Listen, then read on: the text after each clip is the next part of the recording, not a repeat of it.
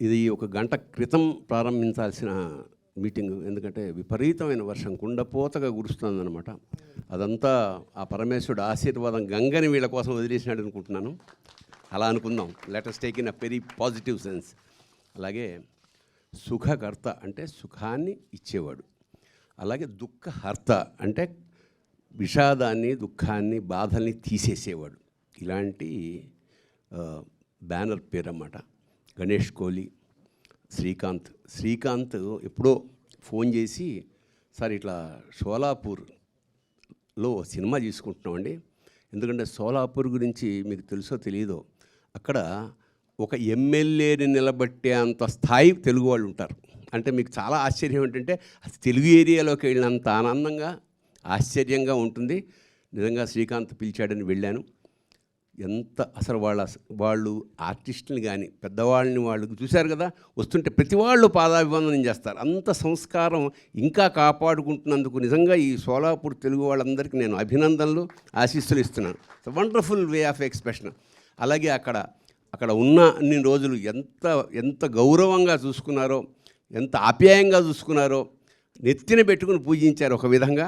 So I cannot forget. ఎందుకంటే ఇది నేను ఫస్ట్ టైం కాదు, షోలాపూర్ తెలుగు వాళ్ళ కోసం నేను చాలా కాలంగా పెడుతున్నా. ఇది బహుశా 5వ సారో 6వ సారి అన్నమాట.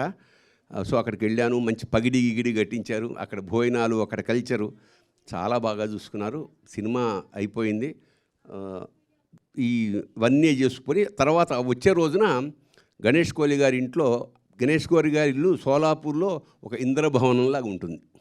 అక్కడ పిలిచి బ్రహ్మాండమైన భోజనం పెట్టి సాయంత్రం పంపించారు. So thank you so much Ganesh sir.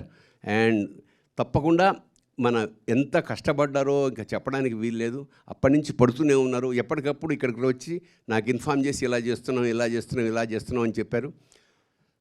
చాలా సంతోషం. ఈ సినిమా ఖచ్చితంగా, ఎందుకంటే ఇలాంటి సినిమాలు ఆడితే ప్రొడ్యూసర్ గారికి ధైర్యం వస్తుంది. మరొక 4-5 సినిమాలు శ్రీకాంత్ లేదా ఇంకా యంగ్ జనరేషన్, యంగ్ హీరోస్ తోటి తీసే అవకాశం ఉంటుంది అన్ని విభాగాల్లో. ఎందుకంటే ఇప్పుడు హైదరాబాద్లో ఇక్కడ ఉండి సినిమా తీయడం గొప్ప విషయం కాదు. ఎందుకంటే ఇక్కడ అంతా తెలిసిన వాళ్ళు, స్టూడియోస్. అక్కడికి వెళ్ళి ఆ చిన్న బడ్జెట్ తోటి ఆ మొత్తం ఆ అట్మాస్ఫియర్ అన్ని 24 క్రాఫ్ట్స్ మీద అధికారం సాధించి సినిమా తీయడం అంటే నిజంగా ఎంత స్పీడ్గా తీశాడంటే సినిమా, అసలు ఐ వాస్ రియలీ వండర్డ్. ఇలాంటి శ్రీకాంత్ మంచి భవిష్యత్తు ఉండాలి. ఈ సినిమా ఖచ్చితంగా ఆడాలి. హీరోయిన్లకు మరింత అవకాశాలు రావాలి. నిర్మాత కంటిన్యూస్గా సినిమాలు తీస్తూ తెలుగు, హిందీ సినిమా దాకా ప్రయాణం చేయాలని మనస్ఫూర్తిగా ఆశీర్వదిస్తూ